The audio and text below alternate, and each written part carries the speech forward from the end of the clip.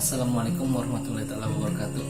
Bertemu lagi dengan saya Eko Prihartanto dari Latsar Angkatan 11 Universitas Borneo Tarakan. Baik, kali ini saya akan bercerita mengenai hasil resum pembelajaran mata pelajaran etika publik. Untuk etika sendiri dalam Kamus Bahasa Indonesia terdapat 3 pengertian dari etika itu sendiri. Pertama, ilmu apa yang baik dan apa yang buruk tentang hak dan kewajiban kita dalam bersosial, atau kumpulan asas dan nilai yang berkenaan dengan akhlak. Dari semua itu masih ada satu lagi pengertian dalam bahasa Indonesia, yaitu nilai mengenai benar dan salah yang dianut pada masyarakat, sehingga refleksi atas baik, buruk, benar dan salah yang harus dilakukan atau bagaimana melakukan yang baik atau benar. Sampai di sini ada yang ingin saya ungkapkan lagi, yaitu etika publik merupakan refleksi tentang standar atau norma yang menentukan baik dan buruk, benar dan salah dalam kita berperilaku, tindakan, dan mengambil keputusan untuk mengarahkan kebijakan publik dalam rangka menjalankan tanggung jawab pelayanan publik yang dilakukan oleh ASN yang sedang mengemban tugas.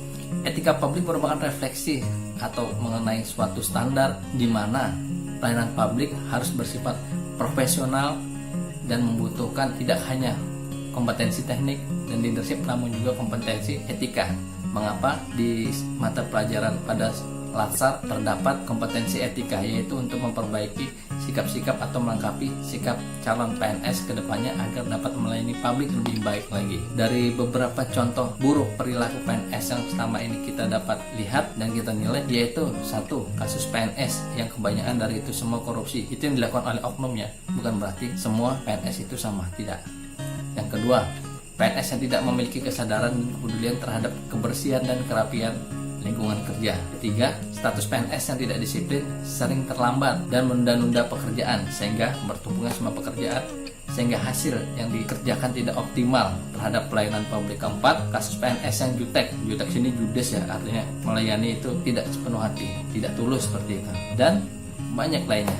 Empat itu hanya sedikit dari gambaran umum yang sering kita temukan di kehidupan sehari-hari. Sehingga pada timbulnya 4 kasus ini, apa dampaknya? Itu kepercayaan masyarakat terhadap PNS itu kian menurun. Artinya dipandang orang, PNS itu, oknum-oknum PNS yang maksud saya itu kok seperti ini, sehingga timbullah hal-hal negatif ya.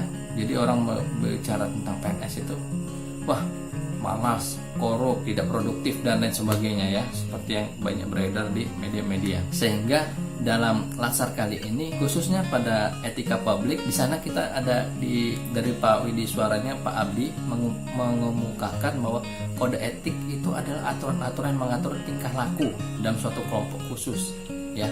Khususnya di sini kami calon-calon PNS, di mana nanti yang dimaksud kode etik tertentu adalah mengatur tingkah laku suatu kelompok khusus dalam masyarakat. Khususnya itu ya, khususnya siapa sih? PNS atau calon PNS melalui ketentuan-ketentuan tertulis yang diharapkan dapat dipegang teguh oleh sekelompok profesional tertentu. Oke, karena kita memperhatikan kode etik PNS. Apa aja sih kode etik PNS ini? Saya ingin menjelaskan, sebelum saya jelaskan saya ingin menyebutkan ada 5 etika dalam kode etik dalam PNS. Kode etik PNS itu apa aja? 1. Etika dalam bernegara. 2. Etika dalam berorganisasi. 3. Etika dalam bermasyarakat. 4. Etika terhadap diri sendiri. 5. Etika terhadap sesama PNS. Terus setelah kita belajar mengenai kode etik, pasti ada deh sanksi-sanksinya. Sanksinya apa aja sih? Sanksi yang dari melanggarnya kode etik PNS, yaitu sanksi moral, sanksi sosial, dan yang ketiga ada sanksi hukum tertulis. Jadi beberapa kode etik ini kalau kita terapkan, atau implikasi kode etik dalam pelayanan publik, terdapat beberapa poin, yaitu kode etik merupakan pedoman bertindak secara eksplisit. Apa itu eksplisit? Tidak berbelit-belit, gamblang.